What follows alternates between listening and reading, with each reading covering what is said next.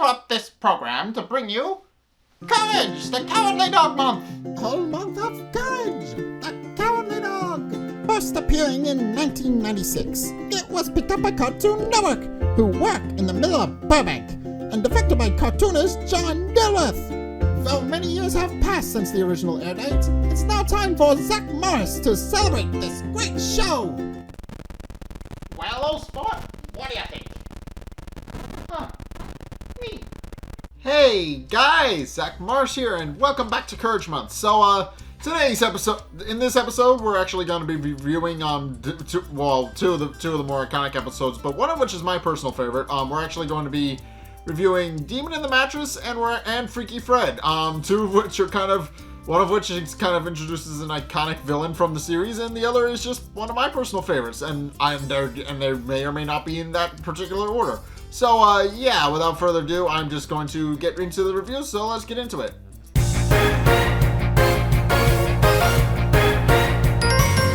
Okay, so the first episode of the bunch, Demon in the Mattress, is actually kind of interesting because it's the first episode where Eustace and Courage actually team up of their own volition.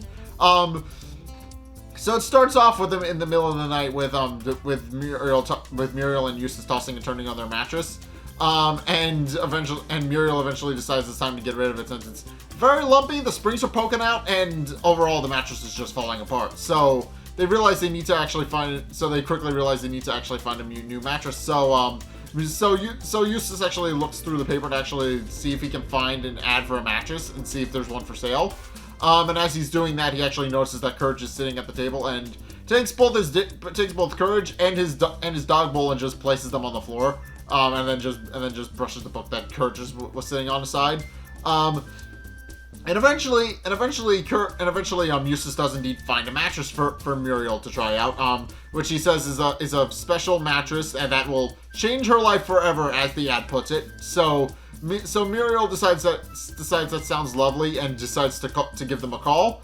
But Courage is a little bit skeptical about what's actually going on, and actually goes into the other room to actually listen in on the conversation via the phone in the living room, which is a thing that phones used to be able to do. If they were on the same line, you used to be able to listen into somebody else's call. But nowadays you can't do those because everything is just kind of wired into the phone. They don't do that anymore.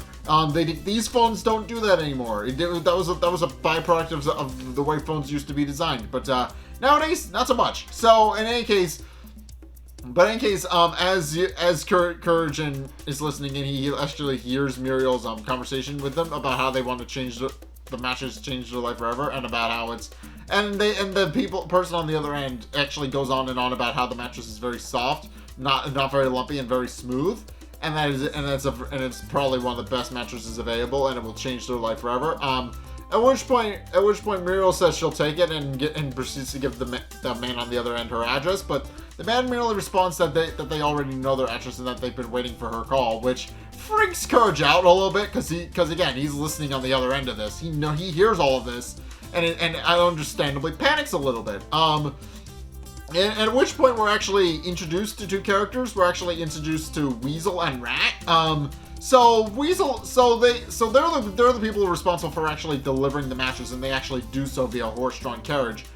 So they take the mattress, tumble it up, put it in the back of their carriage, and then drive it to the back farm, and have their horse pull their mattress to the back farm so that they can actually deliver it.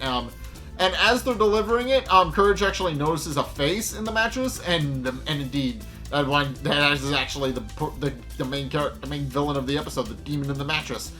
So yeah, the Weasel and Rat actually proceed to start bringing the mattress in. And in the process, the Weasel actually hisses at Courage, and brings him but they proceed to bring the mattress upstairs, and Courage is understandably panicked and a little bit spooked, and he tells Muriel that it's a bad idea, and he tries to get her to kind of return the mattress, pointing out that it's a very bad idea, but she merely responds that she just needed a new mattress and that it'll probably be fine. At which point, the Rat and Weasel come back out again, and Weasel takes another opportunity to hiss at Courage. So Courage goes up to actually tell Muriel that this is a bad idea and tries to get her away from the mattress. But she merely responds that she's going to take a nap and basically kicks Courage out of the bedroom because she wants to be alone and be able to sleep. So she just kind of puts Courage out in the hallway and closes the door and says that she'll see him in a couple of hours. At which point Courage immediately assumes the worst and actually goes downstairs to actually dig up a ladder and use it to actually go see into the bedroom window. And what he sees kind of terrifies him a little bit because right at that exact moment, the demon in the mattress actually starts possessing Muriel. A big cloud of smoke goes up her nose, and then she starts levitating. And Courage becomes so scared that he actually breaks the ladder and falls down to the floor below. At which point he runs back into the farmhouse and tries to let Eustace know what's up. Eustace obviously ignores him because he doesn't like Courage very much and thinks Courage is just going on about nothing. But Courage won't take no for an answer and actually scoops Eustace up and carries him upstairs to actually see for himself.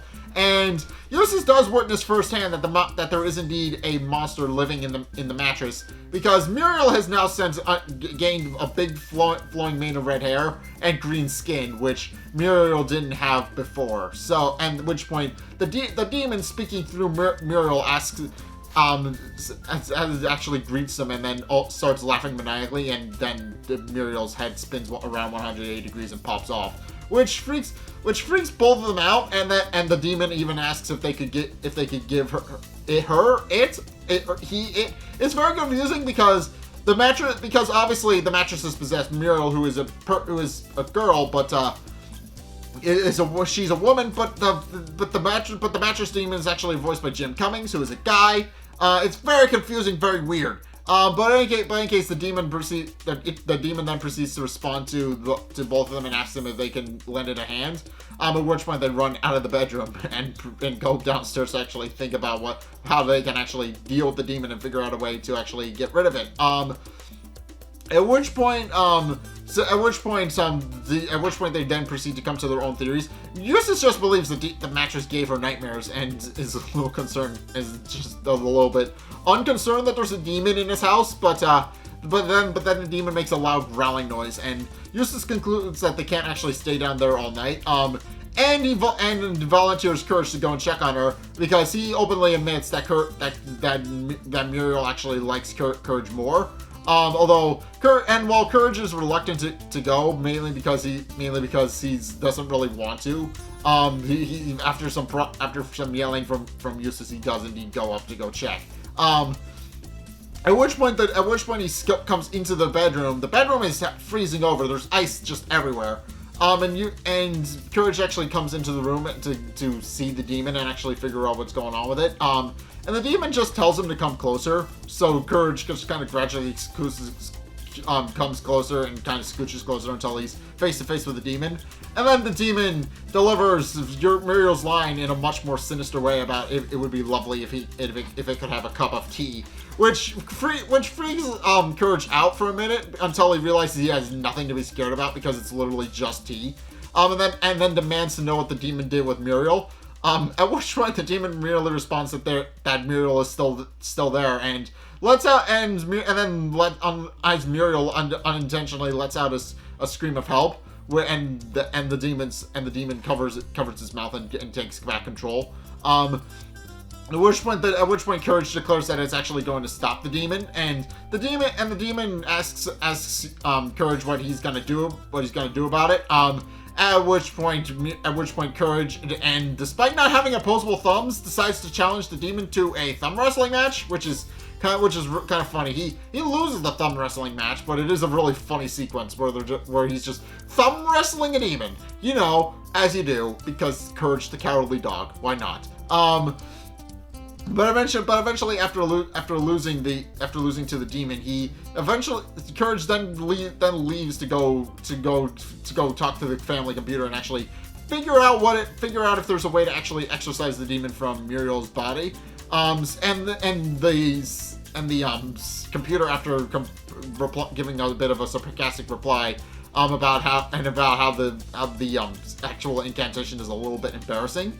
After some prodding from Courage, the computer does indeed print out the instructions to actually go and exorcise the demon, which Courage then brings back to Eustace to let him know what's up.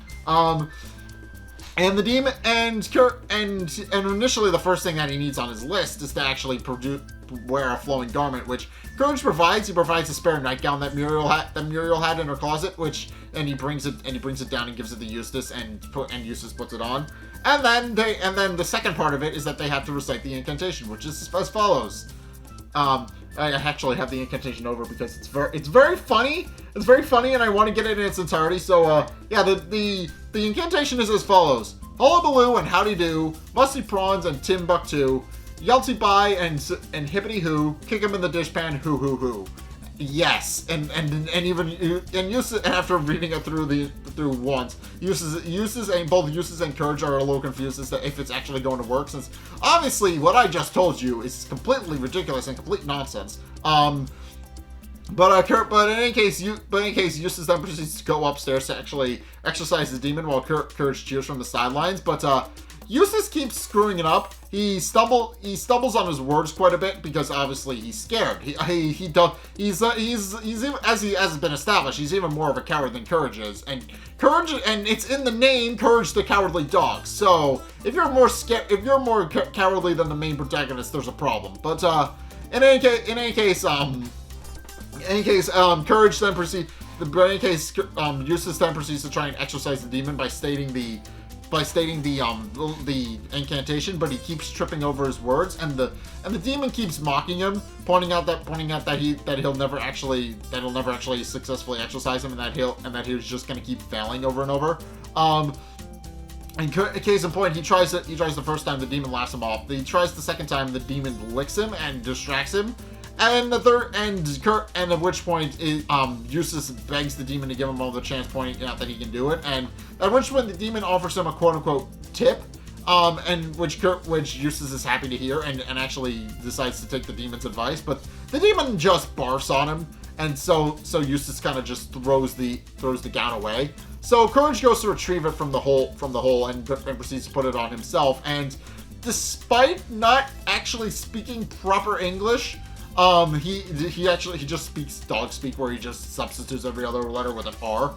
You guys all know what that is. You guys have seen that in every other cartoon, so obviously you know what I'm talking about. But in any case, despite doing that, he does successfully manage to exorcise the demon. Oddly enough, because apparently the incantation doesn't really care about syntax. The demon is successfully exorcised from Muriel's body. Which causes Courage to panic a little bit, because now the demon is just loose in the air. And he has every right to panic, because right at that exact moment, Eustace actually barges in wearing a hazmat suit that he apparently has, and then proceeds to go and try and exorcise the demon again, but instead winds up getting possessed by the demon and tries to attack Muriel. So Courage actually bites the demon-possessed Eustace on the butt, and then Muriel knocks him out with a rolling pin. And then they bundle him up in the mattress and padlock it. At which point Muriel gives a call back to Rat and Weasel and tells them to come pick their demon-possessed mattress up. And they do. They come back in their cart, and they pick up the mattress and carry it away with Eustace in it. And then the Weasel takes one last opportunity to hiss at Courage before they ride away. At which point Muriel and Courage just resolve to sleep on the couch. So that's how that episode ends. So this episode is actually very interesting in that Eustace and Courage actually are forced to team up, because obviously they don't work well together, like, at all. Obviously they have a very one-sided affection relationship where Courage expects Eustace to like him and Eustace just doesn't. But because obviously Courage is a dog, he's going to imprint on his family unit regardless of whether they're actually nice to him or not. But yeah, despite their outward hostility for each other, they actually do wind up working together in this episode to exorcise a demon. It ends with Eustace getting possessed by said demon and then being carried away by a rat and a weasel. But yeah, they do work together in this episode, which is neat. So yeah, it is kind of interesting. But in any case, onward to the next episode of this review.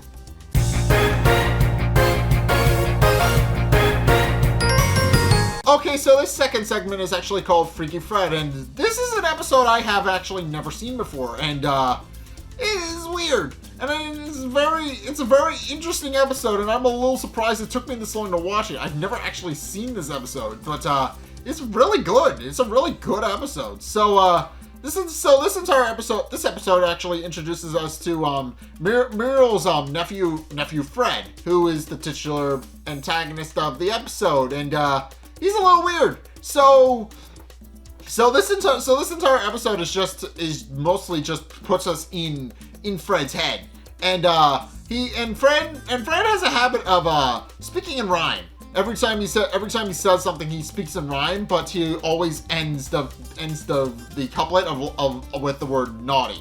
So he tells the story about how he's going to go visit his Aunt Muriel, about how he's been very naughty, and about how everything we hear is in his head, which again I established. But this episode kind of tells us the story, just kind of sets up what kind of character he is, and then that we spend most of the episode in his head and actually hearing all of the rhymes he spouts off. And Muriel knows that Fred is coming. She even tells Eustace and Courage that he's coming, but Eustace and Courage aren't really in the mood. Eustace is actually trying to fix the bathroom door, and Courage is helping. And they're actually fixing the lock of the bathroom door. But as they're actually working on the door, Eustace decides to tell Courage about all of the freaky things to Courage, that's just all the freaky things that Fred is, about how he's a weird barber, he's a very weird young man, and about how he's, well, a freak. So Courage then proceeds to become a little bit nervous because he has no idea what kind of person Fred actually is. But eventually Fred arrives at the door and knocks. And Courage is imagining all of the terrible, horrible things he could be, about what kind of monster could be waiting on the other side of the door. And then, much to Courage's surprise, Fred is a little weird, yeah, but he's actually a very polite young man with a somewhat British accent, which scares the hell out of Courage more than anything else. Since the fact that he's just such a normal dude is actually kind of freaky in itself. But Courage is initially very wary of Fred, and for good reason, because Fred is visibly fixated on him, and even narrates in his head about how he's fascinated with Courage, and about how he finds Courage fascinating and how fluffy he is. But eventually Muriel does tell Courage to come down and actually sit with Fred for a bit. So Courage reluctantly sits on the couch next to Fred. At which point Eustace comes down into the living room and is about to leave to go to the hardware store to get more supplies to actually fix the door. But Muriel actually stops him and asks him to sit with Fred for a minute and actually greet him hello. So Eustace reluctantly does that, even just regarding Fred as freak, and then pulling out his newspaper, and that is all the interaction that they have. At which point, Courage actually notices a wristband on Fred's wrist, and notes that it's a psychiatric ward wristband for the home of freaky barbers, which freaks Courage out, and he tries to warn Muriel about the wristband, but she isn't really paying attention and tells him to shush. At which point Fred gets up to actually go to the bathroom, and Muriel instructs Courage to actually show him where the bathroom is. And once Fred is actually out of the room, Eustace then decides to make himself scarce and actually go to the hardware store and actually try and get away from the house while Fred is there. But Muriel actually stops him and asks him to bring up some fresh towels for Fred. So Eustace actually hands them off to Courage, and then pushes it in the bathroom and slams the door behind him, and then Courage winds up being.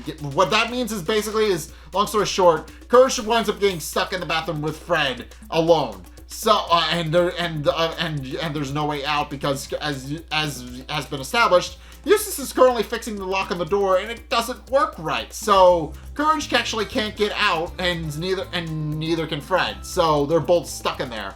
At which point Muriel wonders what's happening and saying it sounded like the door slammed, and Eustace doesn't deny that. He does admit that the door slammed, and states that he actually needs to go to the hardware store to actually fix it. But he's lying to himself through his teeth. Actually, he doesn't have teeth, but he's lying through whatever he has. Point is, he actually isn't going to go fix the door. He actually just gets into his truck and then just pieces out for the rest of the episode. He's not even remotely concerned with opening the door. If it means he can keep Fred stuck in there and also keep Courage stuck in there with Fred, then he's all for it. So he just leaves and doesn't come back. At which point Courage kind of panics because he realizes he's now stuck in the bathroom with Fred. Though Muriel constantly reassures him that he'll eventually get out because Eustace is going to the hardware store and is eventually going to come back with the supplies they need. Courage isn't very optimistic, but Fred then takes this opportunity to actually give Courage a quote-unquote haircut. And tells Courage and actually sits Courage down on the toilet, uses the curtain from the shower as a makeshift barber's bib, and then proceeds to start giving Courage a haircut with his razor. And it's a little electric razor. But here's the interesting thing. We actually find out a bit about during this entire sequence. We actually find out a bit about what kind of person Fred is and what kind of quote unquote barber he is. And as we find out, he's by his own admission, Fred is obsessed with shaving people's hair off. He first discovered that, as he explains throughout this entire sequence, as he slowly shaves Courage's head. Well, although Courage tries and fails to actually duck and hide. And Fred keeps finding him. And also, at one point, Muriel actually brings him pancakes, which Fred uses to kind of silence Courage's scream, so he stops screaming. But which is really, really, really terrifying.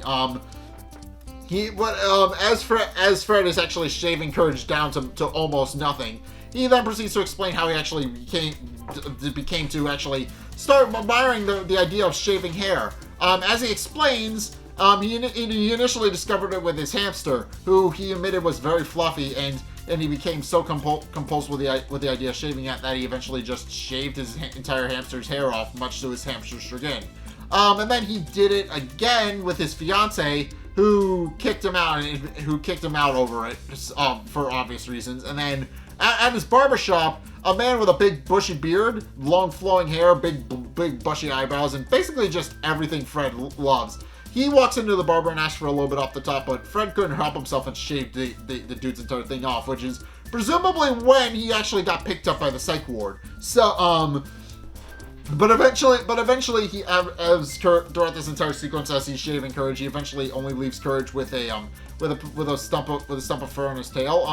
And throughout the sequence, as Courage is trying to get away from Fred and is actually struggling against Fred, he realizes he can actually call the psych ward where Fred was locked up and actually get them to take him away to actually save Courage. And he initially tries to call the wristband by actually just reading it off of Fred's wrist, but quickly realizes that Fred's sleeve is actually covering it, and takes the opportunity while Fred is picking him up to actually pluck the wristband off. And then when he actually successfully gets away from Fred, he actually calls the people on the other end and whispers to them about how Fred has actually shown up at his house and is actually shaving him.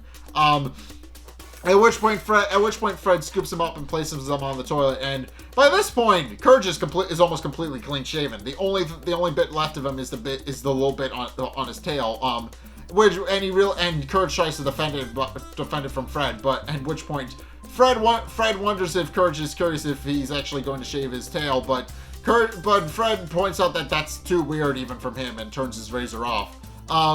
At which point he hears the guys from the psychiatric ward outside, and concludes that their visit most likely has come to an end. And come to an end it does, because right at that exact moment the guys from the orderlies from the psych ward actually come in, wrap him in a blanket, and haul him off in a padded vehicle. And he laments on the fact that he wasn't actually that he had to actually say goodbye to his aunt and Courage and Eustace, but he admits that he did have a fun trip and that he hopes he will be able to see them again sometime real soon. And as the episode ends, Muriel merely responds that she's a little bit sad that Eustace didn't get to say goodbye.